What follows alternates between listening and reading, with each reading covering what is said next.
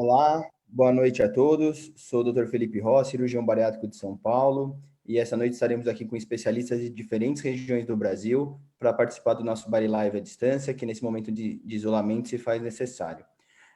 Na noite de hoje a gente vai ter como um tema bem interessante, que a gente vai falar um pouquinho sobre preparo e orientações no pré-operatório para aqueles pacientes que desejam ou que estão no fluxo de realizar a cirurgia bariátrica.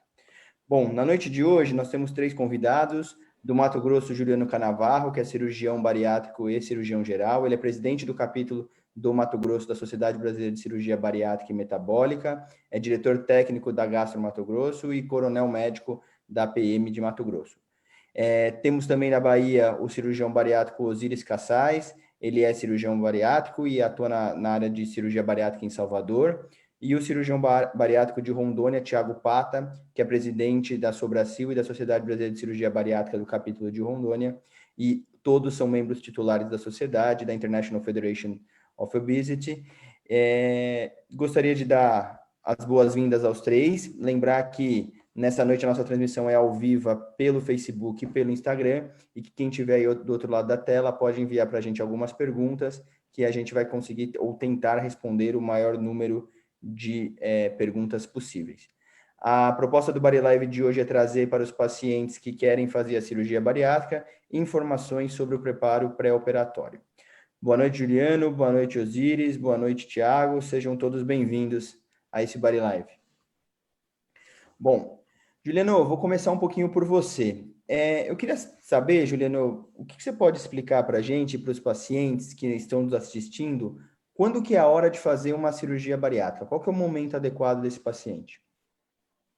Você sabe que eu, quando li essa pergunta que me chegou, Tiago, eu fiquei assim, pensativo, porque o momento, eu penso que seja definido, às vezes, pelo paciente. O paciente está incomodado com uma comorbidade que está ali afligindo, ele já é um paciente que é um obeso grau 2, por exemplo, índice de massa maior que 35, né?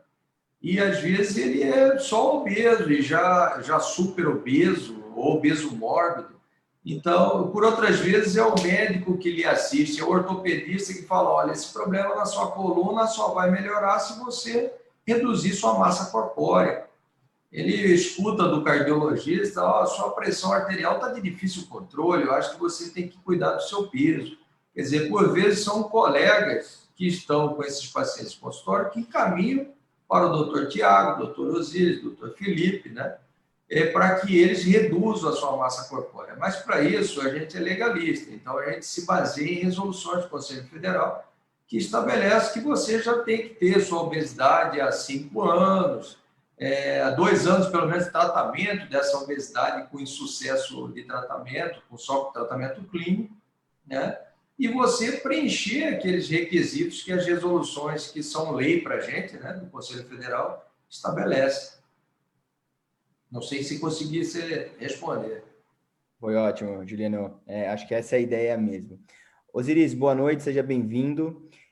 Eu queria saber um pouquinho, a gente tem uma dúvida que quase todo paciente chega no consultório e pergunta para a gente: doutor, mas alguns médicos pedem para eu perder peso antes da cirurgia. Se eu vou operar para emagrecer, por que eu preciso emagrecer para operar? Todo mundo deve perder peso antes da cirurgia, Osiris? Qual que é a sua recomendação? Bom, boa noite a todos.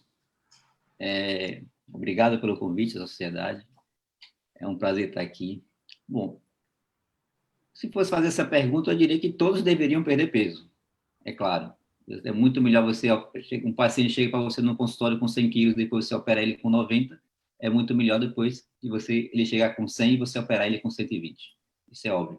Mas necessariamente todos precisam perder peso? Não, não necessariamente todos precisam perder peso. Deveriam. É como eu costumo falar, pelo menos você não deve engordar até a cirurgia. Se você conseguir perder 1, 2 quilos, 3 quilos, ótimo, bom para você e bom também para o cirurgião, que ele vai ter mais facilidade para fazer a cirurgia e diminuir os riscos. Tá? É evidente que tem pacientes que se amedrontam com isso, né? Acham que para ele fazer a cirurgia ele vai precisar perder peso, e isso é mentira. Ele tem tanta dificuldade de perder peso, então como é que ele vai conseguir fazer a cirurgia para perder peso antes e ele nunca consegue perder peso fazendo dieta? Claro, tem pacientes, depende de alguns critérios, né? Tem algumas equipes que trabalham com com esse critério que todos têm que perder peso, né? Somente aqueles que trabalham em hospital público, que ainda é cirurgia convencional, tem equipes que têm esse critério definido, que todos têm que perder peso, mas, em formas gerais, geralmente são pacientes que tenham alguma excesso de peso provocando uma gordura no fígado excessiva. Eu acho que esses pacientes deveriam realmente perder peso antes da cirurgia, porque a gente sabe que a gordura do fígado, o tamanho do fígado é um fator complicante, né, dificulta a realização da cirurgia. Então, ou pacientes super obesos, é evidente que esses pacientes super obesos, o que eles conseguirem perder de peso antes da cirurgia, vai ajudar muito no processo cirúrgico e diminuir os riscos. Um super obeso vai ter dificuldade de perder peso antes da cirurgia, mas se ele pelo menos mantiver o peso até a cirurgia, é melhor do que ele ganhar peso. E também eu sempre falo para todos o seguinte: esses pacientes precisam da cirurgia. Muitos deles é a única alternativa de tratamento. Também a gente não pode tirar essa esperança dele. A gente tem que ser claro com eles, tem que ser parceiro com eles, de que a gente está lá para ajudar. Então, não pode chegar também para um paciente super obeso e falar para ele: se você não perder peso, eu não lhe opero. Isso é muito difícil. Um paciente super obeso para perder peso é muito difícil. Mas a gente tem que ajudar ao máximo para que ele tenha consciência que ele tem que perder peso, pelo menos perder peso, mas nunca ganhar peso antes da cirurgia. Eu acho que nesse momento, até para perder peso, eu concordo com o que você falou, acho que não é uma obrigatoriedade, mas eu acho que é uma ajuda que a gente tem e uma facilidade para nós e um menor risco para o paciente. E acho que nessa hora a equipe multidisciplinar ela é fundamental para dar esse apoio e esse suporte, né? Então, muitas vezes o paciente pergunta: mas por que o nutricionista, por que o psicólogo? E eles, nesse momento, eles fazem uma diferença gritante para a gente conseguir ter o melhor resultado na cirurgia. Tiago, boa noite, bem-vindo ao nosso Body Live. Queria saber de você o seguinte: para as pessoas que estão em isolamento e ainda preocupadas com o aumento de peso, qual a primeira medida para a gente buscar o emagrecimento, ajuda com o emagrecimento e com as doenças associadas à obesidade? Boa noite, Felipe. Boa noite, colega Juliano, Dr. Osiris. É um prazer estar aqui com vocês mais uma vez no Body Live. É uma honra, na verdade, poder estar participando dessa live tão importante para esclarecer as dúvidas dos pacientes. Então, sem dúvida nenhuma, né, Felipe, nesse isolamento, nessa quarentena aí, as limitações, né, das atitudes que são proativas para a perda de peso ficaram bastante restritas, né? Muitas academias fechadas, parques fechados, atividades físicas muito limitadas, e aí a gente acaba recorrendo a outras possibilidades. Então, um paciente que está em isolamento social hoje, ele tem uma possibilidade, apesar de também ser uma dificuldade maior, que acaba passando mais tempo em casa, eu acho que uma dica importante era ele começar a mudar a sua alimentação. Muitas vezes ele está comendo mais em casa, está deixando de comer em restaurante, está deixando de comer em fast foods, então seria um momento de repente, ele junto com a família, fazer um ajuste alimentar, diminuir carboidrato, diminuir doces, alimentos calóricos e, dentro do possível, iniciar alguma forma de movimentação, seja na sua casa, né? A gente tem visto muitos tutoriais na internet sobre atividades físicas em casa, em apartamento. Agora, eu acho que deveria partir primeiro de um ajuste alimentar, saindo daquele viés que normalmente na quarentena a gente acabou comendo pior, comendo mais e ganhando peso, muita ansiedade. E eu sempre digo que no momento possível, fazer atividade física. Então, sem dúvida nenhuma, é aquele tripé da alimentação, a quebra do sedentarismo e estar atento às suas doenças, principalmente aqueles que já tinham doenças, não abandonar os tratamentos nesse período de isolamento. Manter esses tratamentos em dia, manter o controle da pressão, do diabetes e das outras doenças associadas. Agora, eu acho que a possibilidade mais real seria, de repente, aproveitar esse momento que está a família toda comendo junto todo dia e, quem sabe, não fazer uma reeducação aí familiar nessa alimentação. Perfeito. Queria fazer uma pergunta para o Juliano e depois, se o Osiris e o Thiago quiserem complementar alguma coisa diferente do que eles fazem, estão à vontade.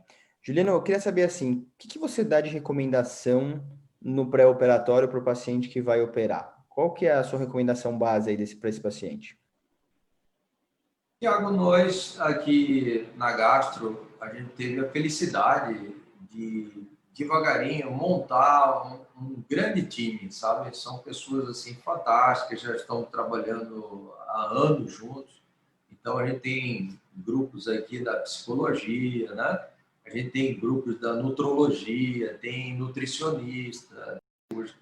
Então, o protocolo nosso basicamente se faz com a entrada do paciente, às vezes de maneira espontânea na clínica, ou às vezes, como eu te disse, um outro colega encaminha para cá. E, a partir daí, ele inicia o processo de passar por vários grupos, né? Grupo da pneumo, que vai ver se ele tem uma apneia do sono, vai ver se ele tem algum problema respiratório que o impeça de realizar a cirurgia, ou que tem que tratar antes de ser submetido à cirurgia. Vai ver se há necessidade dele usar um CPAP, né, ou não.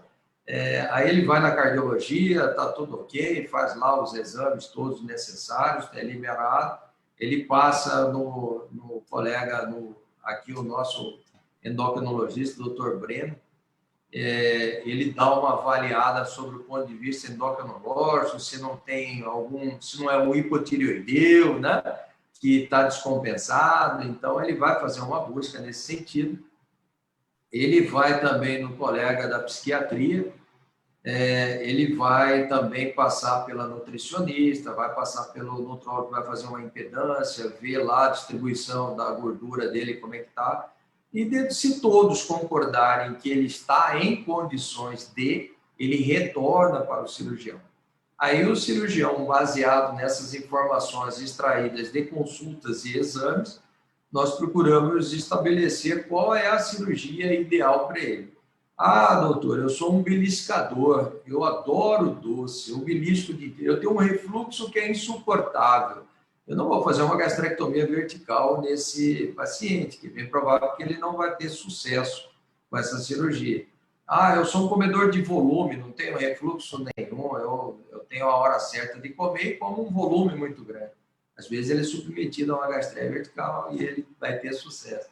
Então, a gente pega a orientação de todos os colegas, o que eles acham que seja o ideal, a gente discute a proposta com o paciente, e ele aceitando, ele assina um termo de consentimento, né, do ato proposto para ele, e aí sim ele é levado para uma consulta anestesiológica e depois para a cirurgia em si. Osiris, Thiago, alguma coisa diferente no pré-operatório de vocês? Thiago? Thiago? Filipão, então, é esse princípio, né? Eu costumo dizer que a cirurgia bariátrica ela tem duas peculiaridades que poucas outras cirurgias no mundo têm, né? É a única cirurgia que você precisa ser habilitado previamente para fazer. Não tem aquela situação de chegar, eu faço os exames, está tudo ok, vamos operar. Então, o paciente está adquirindo uma ferramenta de combate a uma doença extremamente grave, vitalícia, progressiva, e ele precisa aprender a manipular essa ferramenta. E a segunda característica, já para quebrar um pouco daquela ansiedade por efeitos imediatos, é que é uma das poucas patologias cirúrgicas que a gente coloca no hospital, opera e o paciente sai do hospital com a mesma patologia. A coisa vai acontecer gradativamente depois. Então, eu digo assim, olha, imagina que você tem um sonho de ter um avião. O meu sonho é vender esse avião para você. Mas nós dois aqui temos que ter uma responsabilidade de entendermos que o senhor só pode montar nesse avião quando se sentir completamente habilitado para isso. Mais ou menos nessa pegada do paciente se envolver, de fato, entender que aquele é um projeto que ele tem que construir junto com a equipe. Osiris? Mais ou menos a mesma coisa. Eu criei, na verdade, né, dentro da nossa equipe, dois protocolos diferentes com relação ao paciente obeso. Entre o paciente superobeso, o paciente obeso mórbido ou obesidade moderada, ou um paciente descompensado com a diabetes descompensada, ou com a esteatose hepática, a gordura no fígado também moderada a severa. A gente faz dois protocolos diferentes. Esses pacientes superobesos que eu citei, com diabetes descompensada ou qualquer outra doença descompensada, esses são trabalhados de uma forma, às vezes, um pouco mais longa. Tá? Ou seja, eles vão passar por fisioterapia, vão passar por psicólogo, por nutricionista, por cardiologista, ou pneumologista, como necessário, ou cirurgião vascular, todas as outras patologias que sejam necessárias. E esses pacientes, às vezes, eles passam 2, 3, 4 vezes por nutricionista antes da cirurgia, ou seja, eles estão preparados e devidamente preparados quando eles estiverem de uma forma estabelecida onde ele possa diminuir os riscos.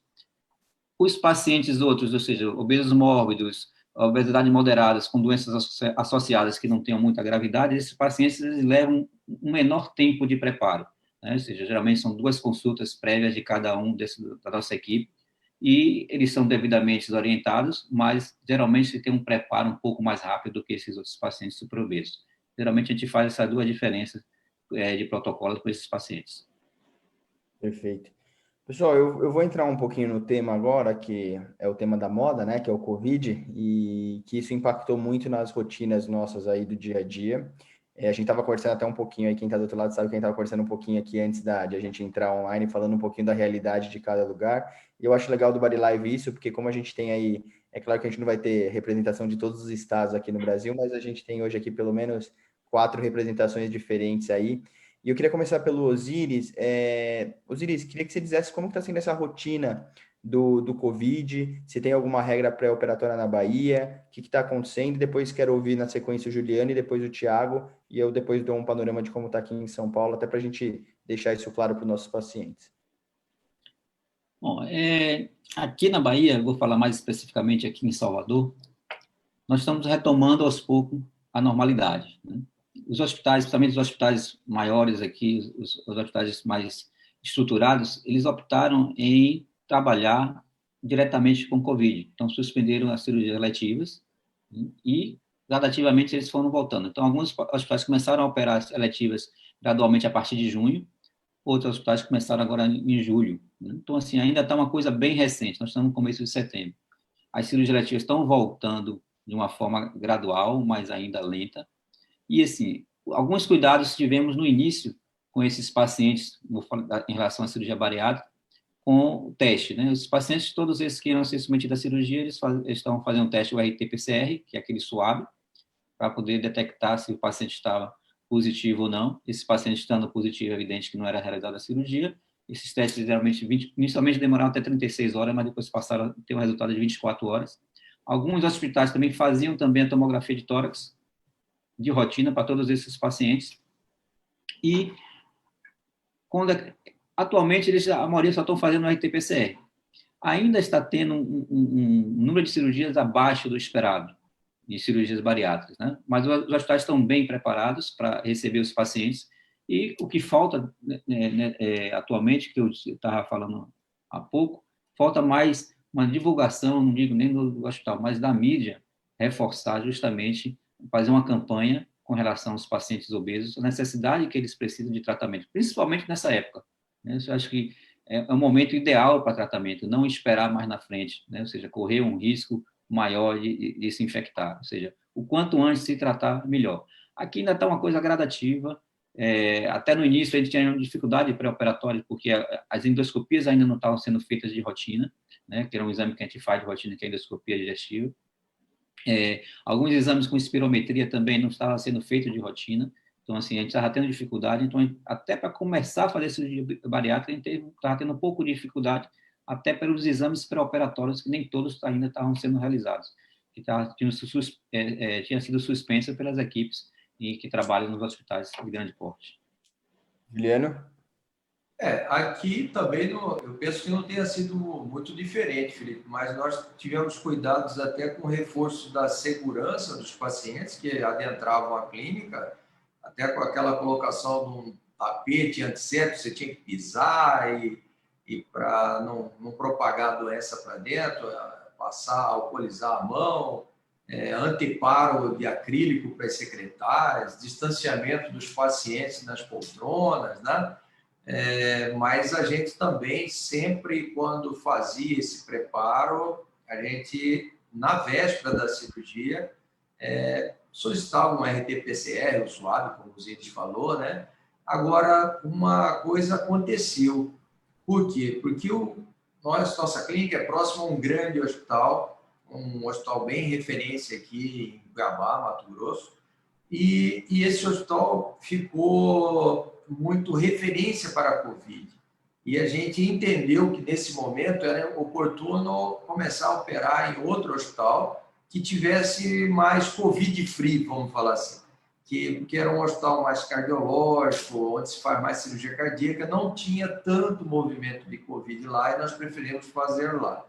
Mas, como a gente discutia anteriormente, tem uns 45 dias que praticamente o movimento ficou normal já, né? os pronto-socorros estão bem vazios, né?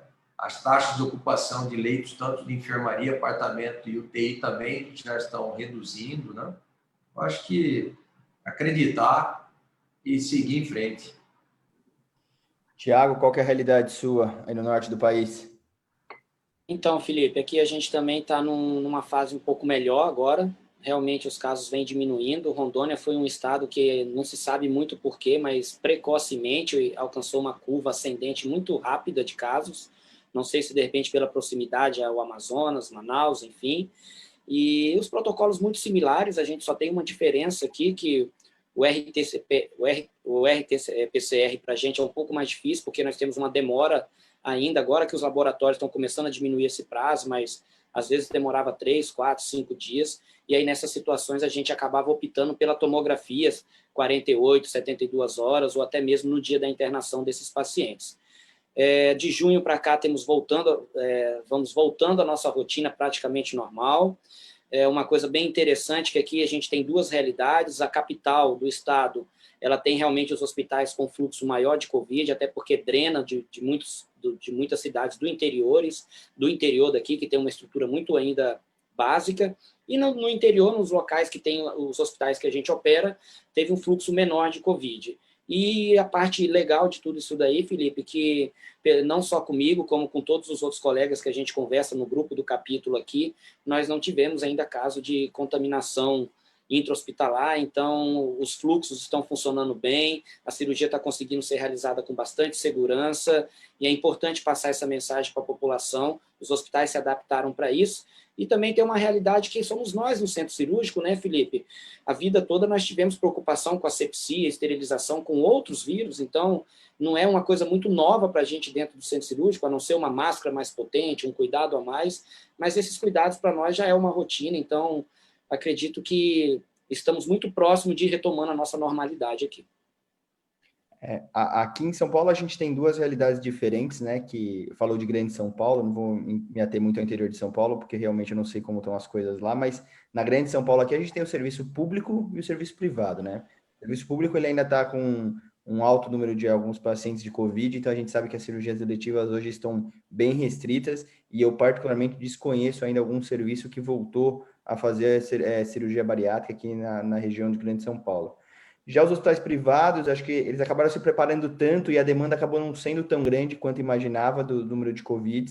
Então, desde a metade de maio, aí a gente tem voltado com um processo lento. Hoje a gente voltou a ter uma rotina praticamente normal, é claro, mantendo todas as seguranças e recomendações que os órgãos têm passado para a gente, mas a gente voltou a operar normalmente, a gente tem feito... todos os hospitais hoje pedem o PCR, né? Que para quem não sabe o que é esse suave, quem está do outro lado é aquele cotonetezinho que a gente coloca no nariz.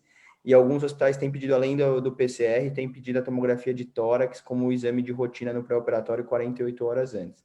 A gente voltou com o fluxo, a gente estava conversando até antes de entrar ao vivo, que a gente teve alguns casos de pacientes que eram assintomáticos, não tinham sintomas nenhum, e vieram positivos os exames e a gente teve que postergar a cirurgia, mas que realmente a gente não teve nenhum caso até agora sabidamente, que foi com contaminação interna pós-cirúrgica. Então, acho que isso é uma informação boa, os pacientes estão procurando, os pacientes estão se sentindo seguros, os hospitais aqui em São Paulo, por terem uma estrutura um pouquinho maior, eles conseguem separar em alas centros cirúrgicos diferentes, UTIs diferentes, alas de enfermaria diferentes. Então, assim, a rotina voltou e acho que a gente está praticamente dentro da nossa normalidade. Eu acho, só um minuto, Felipe, eu acho Claro. que na maioria dos estados brasileiros, né, tem diminuído muito a incidência de Covid, né? Os hospitais particulares, privados aqui, o número de Covid caiu muito, praticamente tem apenas uma UTI só para Covid, antigamente tinham 3 UTIs para Covid, hoje só tem uma UTI, apenas uma enfermaria voltada para pacientes de Covid, e também não tão cheia, não tão, com capacidade de 60%, 70% de capacidade apenas, e cada vez mais tornando-se mais segura a cirurgia. Mas o que eu coloquei e gostaria de reforçar é justamente isso. Eu acho que ainda falta passar para a população, de forma geral, essa conscientização tanto da segurança nos hospitais, como também da necessidade do tratamento da obesidade. Eu acho que falta ainda isso, para que a gente consiga também ter um número maior de pessoas tratadas com obesidade, principalmente nesse período que nós estamos vivendo da pandemia. Perfeito. A gente tem que lembrar que a obesidade hoje, associada ao Covid, hoje, ela é a maior comorbidade, né? Associada a casos graves de coronavírus. Então, assim, o tratamento da obesidade é fundamental para a gente ter um resultado satisfatório e diminuir os casos graves do Covid. Tiago... Felipe, só um parênteses, para não sair do assunto rapidinho. A gente estava comentando um pouco sobre os casos após a cirurgia e a percepção que vocês estão tendo aí, os pacientes que fizeram cirurgia um mês e pouco depois adquiriram o Covid. Eu tive casos similares a esse e parece que eles têm uma apresentação de um quadro clínico muito melhor, né, do que aqueles que eventualmente antes da cirurgia têm sido acometidos. Vocês têm essa ideia também? Tive uma experiência aqui de uma paciente com 8 dias de pós-operatório, desenvolveu clínica, fizemos a RT-PCR, ela positivou, fizemos um tratamento precoce e ela evoluiu muito bem. Tivemos outros casos, até pré-operatório, que fizeram tratamento precoce, também evoluíram muito bem. Nunca tivemos nenhum caso que precisou de uma UTI, que precisou ser entubado. Eu particularmente lembro da equipe de 2 casos, um precoce com 8 dias e um mais tardio com 45, 50 dias, mas os 2 foram sintomas super leves, tratamento só com sintomáticos, não tiveram nenhum desfecho negativo, que a gente sabe hoje são esses 2 casos dentro da equipe. Então, assim, talvez se eles tivessem antes da cirurgia com alguns quilos a mais, aí talvez o resultado fosse pior, aí o desfecho fosse pior. A cirurgia tem essa capacidade de mudar o risco desses pacientes muito rápido, né? Isso é muito positivo.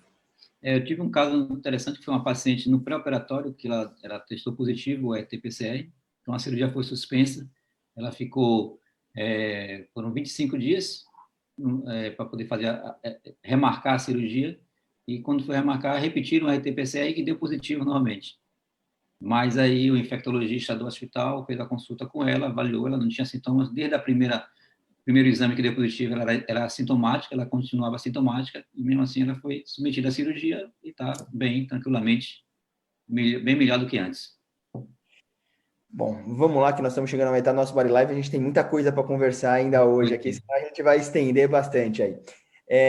Tiago, eu queria saber de você, qual que é a importância das consultas com a equipe multidisciplinar? E até respondendo também, queria que você entrasse junto na pergunta da Cristina Aquino, se você faz alguma indicação para atividade física no pré-operatório. Nossa, assim, Felipe, eu sou um fã da equipe multidisciplinar, do Grupo Coesas da Sociedade, porque isso realmente revolucionou a cirurgia bariátrica. Então, para mim, a equipe multidisciplinar é como um time de Fórmula 1. Né? O piloto entra no carro, mas ele não vence aquela corrida sozinho. Existe um grande time por trás disso. E nós, cirurgiões bariátricos, acredito que nós temos o privilégio de, com a bola na frente do gol, simplesmente chutar. Então, eu acho que a equipe multidisciplinar ela tem um papel fundamental.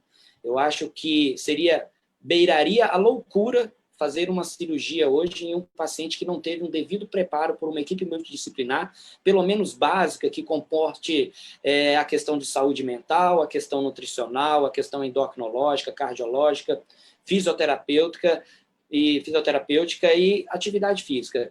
Eu sempre cobro, né? Eu peço para o paciente que não espere a cirurgia para quebrar esse sedentarismo. É lógico que a gente entende que a atividade física num pré-operatório de um paciente obeso ela tem certas limitações. E a gente, então, vai orientar as atividades de baixo impacto, o educador físico pode acompanhar esse paciente, o fisioterapeuta pode acompanhar também esse paciente. Na nossa rotina, normalmente, o pré-operatório a gente faz um trabalho com o fisioterapeuta, até 30, 60 dias após a cirurgia, o físio continua acompanhando esse paciente e quando ele sentir segurança, ele transfere esse paciente para o educador físico. Mas eu acho que a equipe multidisciplinar ela vai dar toda a base para a transformação que a gente mais quer da cirurgia bariátrica, que é aqui, é a parte comportamental. Nós vamos lá mudar o estômago em 1 hora. Uma vida, um comportamento, uma atitude não se muda em 1 hora. Perfeito. Juliano, queria saber o seguinte, muita gente pergunta se os planos de saúde autorizam as consultas pré-operatórias. E emendando essa pergunta, tem uma pergunta da Maia Aragão, que ela perguntou o seguinte, no caso da pandemia, antes de fazer a primeira consulta com o cirurgião ou com a equipe multidisciplinar, ela já pode ir perdendo peso? Como o Osiris falou anteriormente, é sempre interessante, né?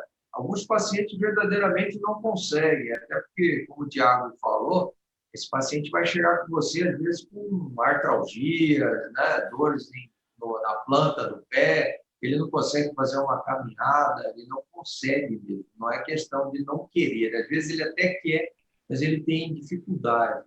Mas a consulta, voltando à primeira pergunta, pelo plano, geralmente não vejo dificuldade, o plano autoriza essa consulta, essa pessoa vem aqui, mas o que eu observo é que alguns planos, né, de saúde começam a querer criar núcleos de cirurgia da obesidade, onde as equipes deixam de ser sua. É como o Tiago falou, a equipe de Fórmula 1 que você já conhece seu mecânico, você já tem um entrosamento com toda a equipe e, de repente, você é forçado a deixar esse paciente ser preparado por pessoas que você sabe que não têm a mesma capacidade, a mesma expertise do seu grupo, né? E isso me causa muita preocupação, que desde exames, às vezes, um ultrassom que é feito num outro serviço que você não conhece, eu já tive ultrassom quando estava tudo bem, quando eu passei o aparelho de vídeo, e eu faço sempre o inventário da cavidade antes de fazer a cirurgia, e me deparei com tumorações, entendeu? E grandes, né? Não era uma coisa assim, ultrassom para ver tumor, mas às vezes era tumor hepático, grande, né? E a pessoa, teoricamente, não tinha uma qualificação ideal para fazer aquele exame. E aí você é obrigado a interromper a cirurgia, fazer uma biópsia, fotografar, enfim, mostrar para a família por que você não vai realizar aquele procedimento. Então, voltando à questão da equipe multidisciplinar, para mim é um time, se você quer ter o sucesso do paciente, não só no pré, no intra, você tem que ter uma equipe até para acompanhá-lo no pós-operatório. Não considero que seja ideal você delegar isso para o plano de saúde para ele entregar o paciente para operar. Eu acho isso aí uma conduta indevida. E até entrando um pouquinho nesse tema, Osiris, em quanto tempo essa equipe multidisciplinar libera o paciente para a cirurgia? Tem um tempo médio? Eu não digo que tem um tempo médio, eu costumo sempre falar para o paciente que o primeiro passo depende dele, né? Ou seja, ele fazer os exames, ele se preparar para a cirurgia. O segundo passo são essas avaliações, que depende de cada paciente, ou seja, essas avaliações são feitas individualmente, a gente nunca trabalha em avaliação em grupo, nem a consulta com o cirurgião e nem a consulta multidisciplinar, ela sempre é feita individualmente. Então, cada paciente ele é tratado individualmente. Então, em média, eu diria que esses pacientes se preparam em média em 30 a 45 dias para se fazer a cirurgia. Mas isso pode demorar 1 mês, 2 meses, 3 meses. Depende de cada patologia esse paciente possa ter associada, depende se é um superobeso, depende se ele está preparado mentalmente, né? Depende da avaliação do psicólogo. A gente costuma falar na nossa equipe, eu sempre deixo que cada um, ele tem, tanto a fisioterapeuta como o psicólogo, como a nutricionista, ele tem sua individualidade, ou seja, se ele chegar para mim, a psicóloga, e falar, Osiris, esse paciente não está ainda em condições de se operar, só 2 consultas para ele não é suficiente, eu preciso que ele vá no psiquiatra, eu preciso que ele faça mais 2 consultas, assim será. Se a nutricionista falar, esse paciente ainda está com um problema muito sério, ele não está entendendo como é a alimentação, ele precisa se preparar, e assim será. Então, assim, depende muito também do paciente. Então, eles são todos avaliados individualmente. Eu concordo tanto com o Tiago como o Juliano, a equipe multidisciplinar é fundamental, e essa equipe multidisciplinar, sendo da equipe nossa, que a gente já conhece há muito tempo, já trabalha todos unidos de uma forma coesa, até levando o nome da coesa, isso funciona de uma forma muito melhor do que você delegar para um nutricionista que você não conhece, delegar para um fisioterapeuta ou para um psicólogo que você não conhece, cada um vai para um diferente, isso com certeza vai ter uma chance maior de erro. Perfeito. Tiago, também entrando um pouquinho nessa área do pré-operatório, que tipo de exame nossos pacientes fazem no pré-operatório? Assim, claro que depende muito caso a caso, mas tem uma rotina meio que básica aí para quase todos os pacientes? Sim, sim. Basicamente, a gente segue o consenso da Sociedade Brasileira de Cirurgia Bariátrica e os exames são divididos em exames laboratoriais, é uma vasta lista de exames que vão investigar todas as possíveis patologias que possam ser ligadas à obesidade ou como causa de uma obesidade secundária. Nós temos a parte dos exames endoscópicos, né, que nós vamos avaliar esse estômago, ver a anatomia, tratar eventuais gastrites, refluxo, H. pylori. Então, se nós vamos abordar esse órgão, é muito importante que nós o conheçamos antes e o preparamos. Nós temos a parte dos exames de imagem, ultrassom de abdômen, Doppler de membros inferiores. Eu sou uma pessoa que gosto bastante de pedir o Doppler, não só para aqueles grupos de risco acima de 40 anos. Todos os obesos, em tese, são grupos de risco. E a gente tem também a parte da avaliação cardiológica. E aí, realmente, pode ser que em um caso ou outro, o cardiologista ache necessário realmente fazer algum exame a mais, um ecocardiograma, investigar melhor essa função cardíaca, fazer um mapa, um Holter, e o paciente consegue, na maioria das vezes, concluir esses exames. Tem um exame que alguns pacientes sempre perguntam, doutor, é necessário mesmo, que é o cortisol urinário de 24. Você descarta ali uma série de problemas hormonais. Então, podemos dividir esses exames em laboratoriais, de imagem e endoscópicos. Perfeito, Tiago. Juliano, o paciente que tem diabetes, ele é um paciente que ele é um pouquinho diferente no nosso pré-operatório? Você trata ele diferente? Tem alguma rotina diferente? O que muda no paciente que é diabético? Felipe, vamos combinar que depende do tipo da diabetes, né? O paciente, às vezes, chega para você, é um paciente diabético grau 1, que eu ouvi dizer que a cirurgia vai melhorar a diabetes dele. Isso não é verdadeiro, né? Então, mas se é um paciente que é um obeso, grau 2 e tem uma diabetes, que até hoje está difícil de fazer os planos de saúde entender que já há uma garantia legal para o obeso grau 1 com diabetes descompensada em realizar. Mas vamos partir da premissa que ele é obeso grau 2 ou é ou obeso mórbido ou superobeso, ele tem o diabetes aqui, a gente só reforça com o endocrinologista para saber se ele é um paciente que está compensado, né? Para que o estresse da cirurgia, o estresse psíquico de ser submetido à cirurgia, não vai fazer uma descompensação desse status metabólico dele e complicar um pós-operatório, né? Mas, em síntese, o pré-operatório é muito parecido, né? Aqui no nosso serviço é muito parecido e o paciente vai precisar do aval do endocrinologista, né?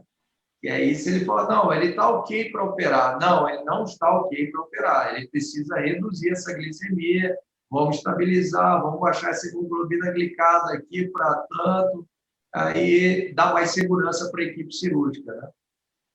Perfeito. Não sei se é assim que vocês procedem aí. Não, a gente aqui também é praticamente igual, é claro, com todos os cuidados que um paciente diabético precisa estar bem compensado para a cirurgia, não adianta levar um paciente descompensado, mas acho que basicamente o pré-operatório é o mesmo.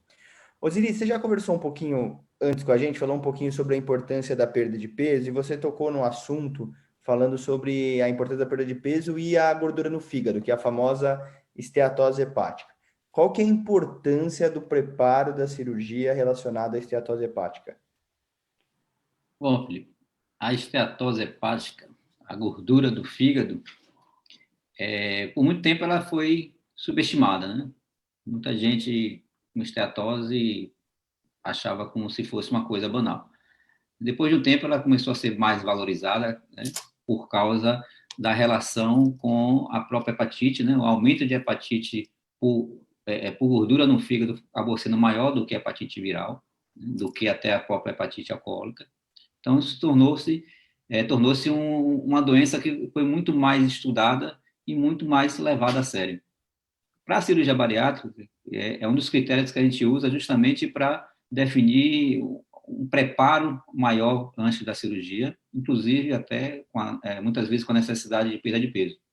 A gente sabe que quando se tem uma perda de peso, mesmo que seja 5% ou pouca coisa, às vezes até 5 quilos que o paciente perde, ele tem uma redução nessa gordura do fígado importante que ajuda a diminuir os riscos.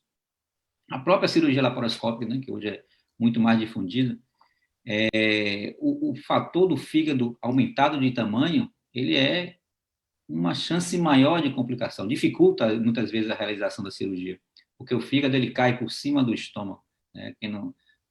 as pessoas que estão nos assistindo, que não sabem muito bem da anatomia, o fígado sempre está por cima do estômago. A gente trabalha sempre afastando esse fígado. Se esse fígado está muito gorduroso e pesado, torna-se muito difícil afastar esse fígado. Consequentemente, pode acontecer algumas complicações que não são bem-vindas, como sangramento, pelo menos desse fígado. E às vezes você não consegue trabalhar muito bem. Eu já, há muito tempo atrás, quando a gente começou a fazer cirurgia, há 20 anos, 19 anos atrás, eu lembro que teve um caso que a gente teve que abortar a cirurgia por causa do tamanho do fígado, que ele, no ultrassom, não mostrou que era uma esteatose tão severa, mas quando chegou na hora da cirurgia, era uma esteatose com um fígado muito grande. A gente teve que abortar a cirurgia pela dificuldade que tinha. Claro, há 20 anos, hoje a gente opera melhor do que 20 anos atrás, isso é evidente. Mas a gente sempre pede para que esses pacientes que tenham esteatose hepática, eles façam um preparo maior, com a perda de peso, uma mudança de alimentação antes da cirurgia. Eu, particularmente, eu tenho um caso há 5 anos atrás que aconteceu isso e virou meio que um trauma, porque é traumático para todo mundo, né? É traumático para o paciente, quando ele acorda ele não foi operado porque o fígado era muito grande, é traumático para a família, para o cirurgião. Acho que a gente tem que avaliar muito bem esses pacientes para a gente, porque é importante mesmo essa perda de peso ou alguma outra função para tentar diminuir um pouquinho de gordura no fígado. Até falando em gordura no fígado, aí eu queria saber uma curiosidade de vocês. Vocês entram com alguma medicação pré-operatória para diminuir essa gordura no fígado? Vou começar por você, Osiris. Não, a gente não entra com nenhuma medicação pré-operatória, não. Geralmente, a nutricionista que trabalha com a gente, ela faz uma alimentação, uma dieta pré-operatória, que isso já ajuda, já diminui bastante. A gente nunca teve experiência em usar medicação para diminuir essa esteatose, não. Tem gente que usa forxiga, tem gente que usa metformina. Você usa alguma coisa, Juliana? Olha, aqui, Felipe, nós temos a felicidade de ter doutores em fígado, né? Tem a doutora Rafaela e tem o doutor Edinaldo. São pessoas de um conhecimento muito profundo, né? Nessa área de hepatologia, do NASH, né? Do fígado gorduroso não alcoólico. E quando o ultrassonografista nos alerta que o tamanho, você vai lá no ultrassom, o tamanho é monstruoso, você vê aquilo tudo branco, né? Esteatose acentuada e aquele padrão do paciente que você já vê que ele vai ter uma cirurgia anatomicamente, às vezes, mais difícil, eu peço para passar no hepatologista, porque é muito comum você ter esteatose gravíssima e todas as provas de função hepática do paciente sanguíneas vêm normal, né? E às vezes o paciente está com o fígado muito, muito doente, né? E aí, se os hepatologistas nos dizem, olha, está tudo ok e tal, vamos emagrecer, como o Osiris falou, e o emagrecimento ajuda muito. Hoje, aqui na clínica, eu devo ter pelo menos 11 super obesos que devem estar falando mal de mim uma hora dessa aí, porque eles não vão operar, foi proibido eles operar até que eles consigam um pouco da perda desse peso, que são esses casos que se tornam extremamente difíceis. Eu falo aqui para os pacientes, uma coisa é operar um paciente obeso grau 2, outro um obeso mórbido, mas um super obeso, a experiência às vezes nos mostra que você pode ter situações como essa que você vivenciou. No passado, há muitos e muitos anos atrás, nós tivemos um paciente que o auxiliar estava segurando o fígado e o fígado esteatótico, que vocês conhecem muito bem, ele fica como uma manteiga, aquilo é muito frágil, né?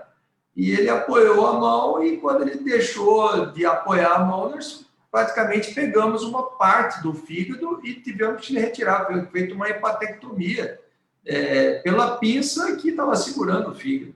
Graças a Deus, não correu super bem, o paciente evoluiu bem, mas é um paciente que já precisou de drenar, entendeu? Já precisou de outros, de sair da sua rotina, vamos falar assim. Então, para evitar isso, a gente faz como o Osiris nos bem disse, vamos fazer o paciente perder um pouco de peso. Esse é o paciente que tem que perder um pouco de peso para ter sucesso na cirurgia.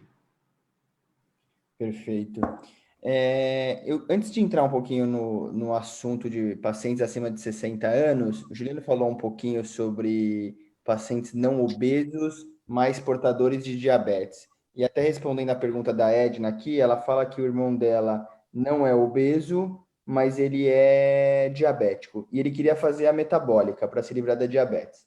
Como que faz para começar esse processo? Como que faz para marcar uma consulta? Tem indicação, não tem indicação? Quais são as indicações, Juliano? Que hoje o CFM Olha, já isso já virou quase que uma rotina aqui no consultório, né? O paciente, ele trata lá com o médico, endocrinologista há muitos anos e tal, e alguém soprou para ele que foi feito, já tem cirurgia para corrigir o problema. E até num evento que o meu amigo Orlando Faria, lá de Brasília, organizou e me pediu para participar, um dos temas abordados era justamente sobre essa cirurgia metabólica.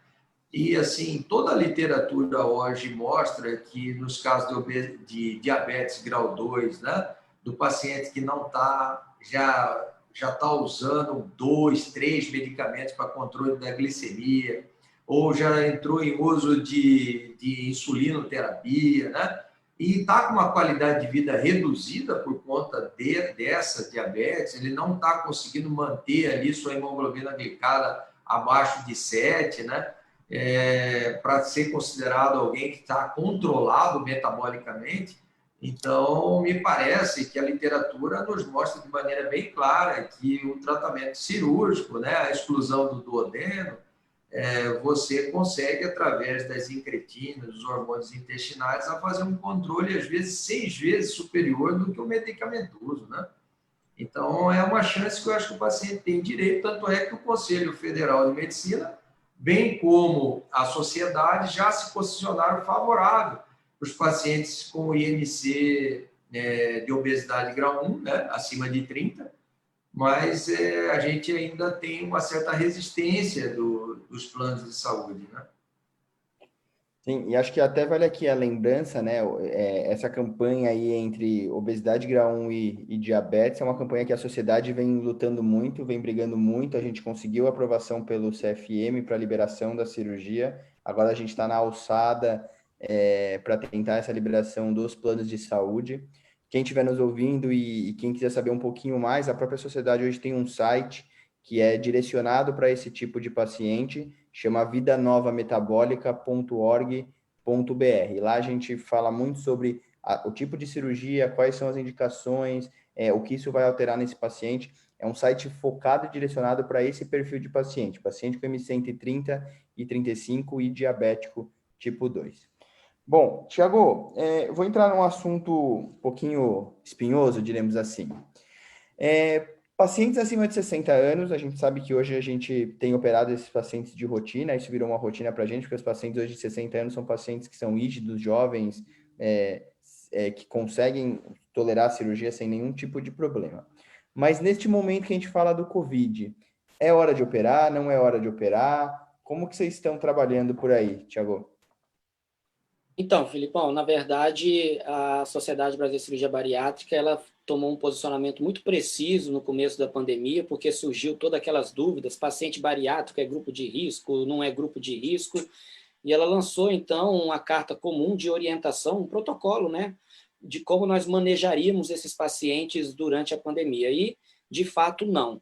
Pacientes hoje que têm grupos de risco acima de 60 anos, recomenda-se que aguarde para fazer essa cirurgia no momento mais favorável, porque não pela cirurgia em si, mas pelo risco de se desenvolver formas graves nesse grupo mais desfavorável. Assim como a gente tem evitado também, né, Felipe, cirurgias mais demoradas, que possam incorrer na necessidade de UTI. É muito importante para quem esteja nos ouvindo hoje entender que uma cirurgia bariátrica eletiva, na sua grande maioria das vezes, se utiliza pouca UTI. Então, no começo, quando se queriam proibir todas as cirurgias bariátricas, dava a entender que todo mundo ia para a UTI, não existe isso. Menos de 1% dos pacientes realmente vão para um pós-operatório imediato em UTI. Então, aqueles pacientes que, seja pela própria obesidade, seja pelo tamanho da cirurgia, ou seja pelas comorbidades associadas, que a gente sabidamente sabe que vai ter uma possível necessidade de UTI, são casos que a gente não vai trabalhar nesse momento. Pacientes de grupos de risco, idades acima de 60 anos, a gente também vai aguardar mais tempo, de repente uma vacina ou a melhora de todo o quadro da pandemia. Cirurgias revisionais, aquelas cirurgias que a gente vai refazer cirurgias, que vão demorar 3, 4, 5 horas, também não são recomendadas. Então, hoje nós realmente temos deixado pacientes de 60 anos em stand-by, vamos monitorando esses pacientes no consultório, vamos orientando eles a como não deixar a doença piorar e o que ele pode ir melhorando por enquanto, para que a gente opere no segundo momento.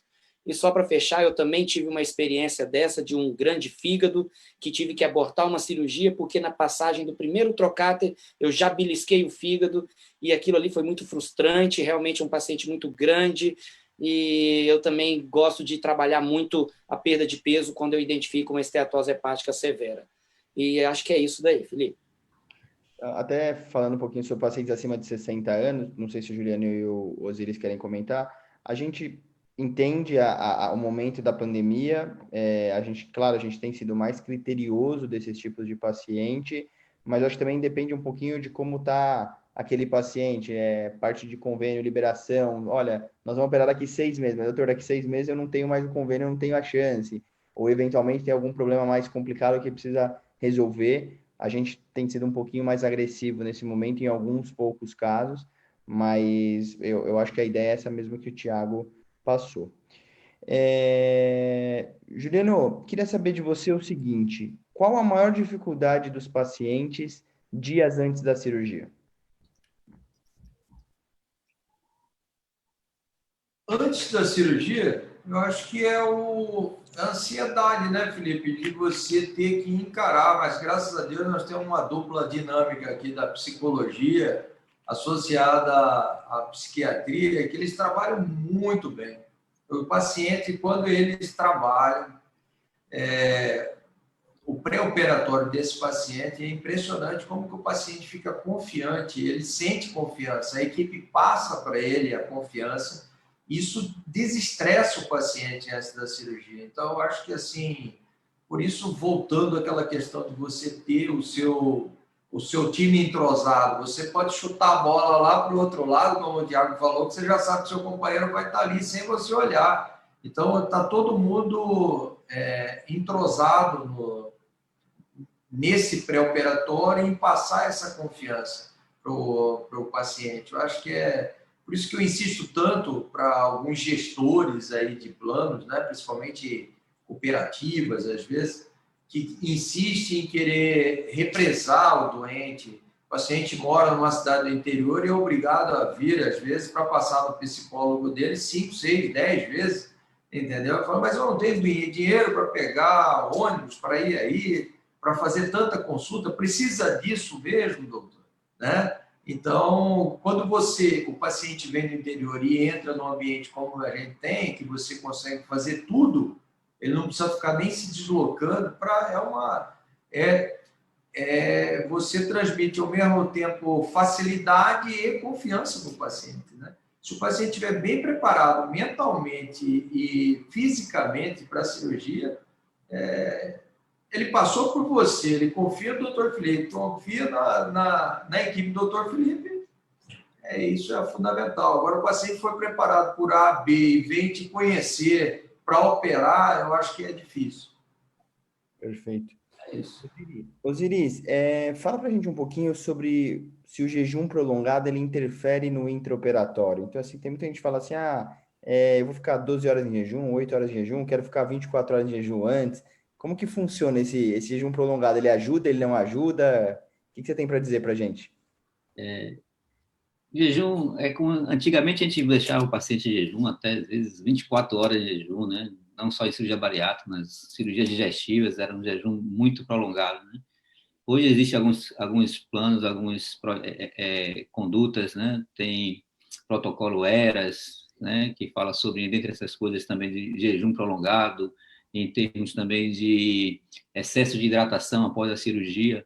Então, assim, hoje, cada vez mais, a gente está deixando um jejum mais curto, né? Até umas 6 horas apenas de jejum. Né? Os pacientes que vão fazer a cirurgia até umas 3 horas antes, tomar um copo de suco para poder realizar a cirurgia, que a gente percebe que esses pacientes que ficam um tempo em jejum, eles têm uma propensão maior até ter uma dor pós-operatória maior.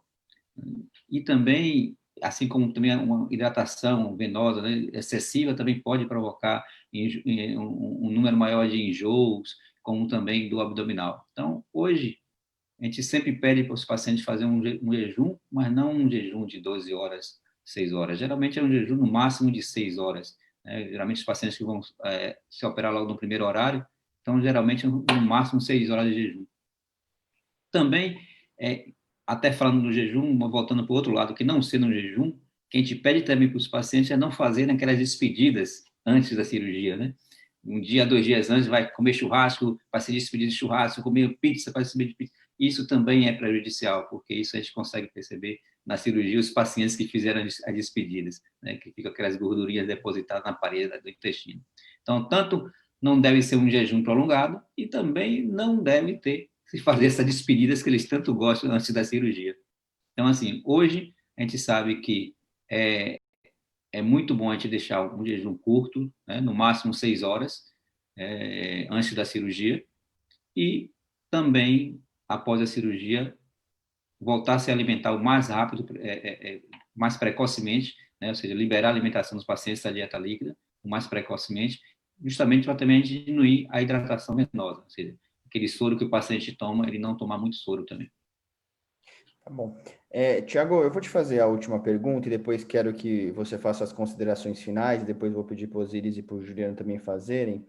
Só para avisar quem está no Instagram acompanhando a gente, a hora que der 60 minutos de live, geralmente a live no Instagram cai.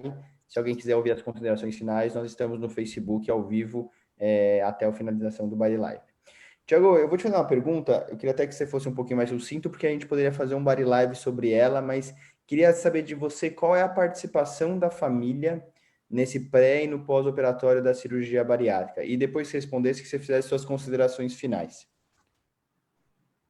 Na verdade, Felipe, a gente sempre tenta trazer a família junto no preparo desses pacientes. Por quê? A gente entende que a cirurgia da obesidade, ela não é uma cirurgia voltada para mudar corpo, anatomia, mudar o físico dessa pessoa.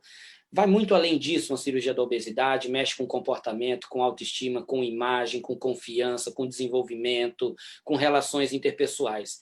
Então, é comum a gente ter pessoas na família que apoiam, pessoas que são contra, pessoas que torcem, pessoas que desestimulam.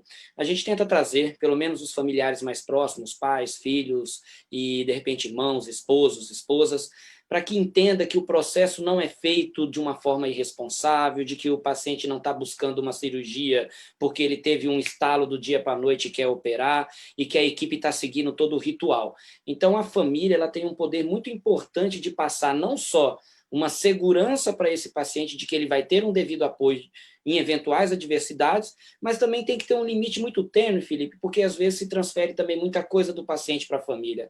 Ah, doutor, eu estava lá comendo a minha salada e meu pai veio comer uma feijoada. Eu estava comendo o meu grelhado e minha mãe veio comer um sanduíche do meu lado. Então, não transferir a sua objetividade, o seu propósito, o seu tratamento para os outros. Eu acho que é esse o papel da família nesse momento. Dar um suporte, mas não interferir ao ponto de se gerar algum conflito.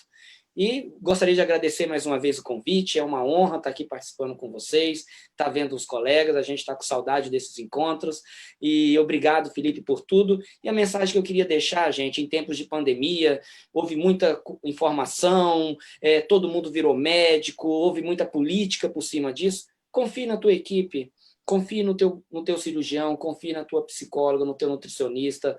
Nós médicos aqui, todos nós certificados pela Sociedade Brasileira de Cirurgia Bariátrica, nós buscamos sempre o melhor para esses pacientes. Então, esse elo de confiança é fundamental. Confie no profissional que você está buscando. Osiris? Bom, em primeiro lugar, agradecer pelo convite da sociedade. Foi um prazer aqui estar com vocês. Esse é meu primeiro Body Live, essa primeira experiência aqui foi muito boa. Espero que a gente comece a voltar a ter presencial, que eu acho que é até melhor a gente, depois que terminar, a gente se abraçar, se cumprimentar. Isso é muito bom também. Tá? Então, agradecer à sociedade, foi muito bom, prazeroso. E gostaria de deixar uma mensagem para todos, até para reforçar o que o Thiago falou, isso é fundamental, né? Que procure sempre uma equipe que seja da sociedade, né? Que com certeza será uma conduta mais correta, né? De tudo isso que a gente vem falando, até da própria esteatose. A esteatose é um fator que pode haver complicação, mas a pessoa, quando está preparada para isso, ele sabe trabalhar com relação a isso, a preparar bem o paciente para que ele não tenha os riscos maiores, né? A gente sabe que os riscos da cirurgia hoje é menos de 1%. Então, assim, mas que seja sempre com uma equipe que seja formada, que tenha a titularidade da sociedade, que tenha uma equipe multidisciplinar coesa, unida, e com certeza isso tudo, esse paciente vai ser muito bem tratado e vai ter um sucesso muito maior com a cirurgia e com o seu tratamento. Essa mensagem que eu gostaria de passar também. E que essa pandemia está passando cada vez mais, tem que ter a conscientização de que a gente precisa tratar a obesidade. Como foi dito por Tiago, se eu não me engano, nós já vivemos com uma pandemia de obesidade há muito tempo e as pessoas não se dão conta disso. O Covid está diminuindo, mas a pandemia da obesidade está aumentando. Excelente, Osiris. Juliano, considerações finais, por favor. Em nome do capítulo Mato Grosso da sociedade, agradeço um honroso convite e só dizer que pretendo que volte os presenciais, os nossos debates presenciais, para poder abraçá-los, né? Se vocês são como irmãos da gente na cirurgia. É isso aí. Boa noite. Bom, queria agradecer mais uma vez Tiago, Osiris, Juliano, queria agradecer a sociedade mais uma vez pelo convite. Acho que, até resumindo um pouquinho o que o Tiago, o Osiris e o Juliano falou, acho que a ideia do Body Live é isso, é trazer informação de qualidade para a gente conseguir trazer aos nossos pacientes informações que lhes ajudem nesse período pré-operatório, pós-operatório. No momento da Covid, eu acho que trouxe muita informação para muito paciente que talvez não sabia como buscá-la. Lembrando que semana que vem nós temos mais um Body Live, sempre às 8 horas da noite, às quintas-feiras. Conectem aqui na internet, pelo Facebook ou pelo Instagram, que teremos mais um time aí de especialistas passando informações de qualidade para vocês. Boa noite e até semana que vem. Boa noite a todos.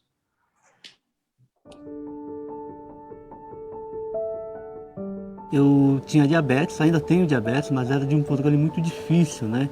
Eu tinha muitos problemas de saúde por conta dessa diabetes, tá? Inclusive aí um problema renal que era bastante sério, né?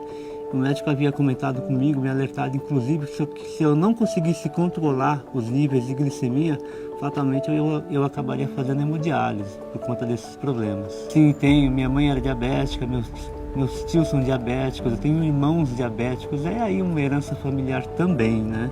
Minha mãe, depois de um certo tempo já com diabetes descontrolado, descompensado, com controle muito ruim, ela perdeu a visão, né? E ela praticamente não enxergava mais, ela tinha muita dificuldade de mobilidade, né? Já não conseguia mais fazer as tarefas do dia a dia ou andar sozinha, né? Quer dizer, isso trouxe uma qualidade de vida muito ruim para minha mãe, nesse período que ela ficou diabética e perdeu a visão. Então, meus irmãos também têm uma série de problemas, não perderam a visão, né?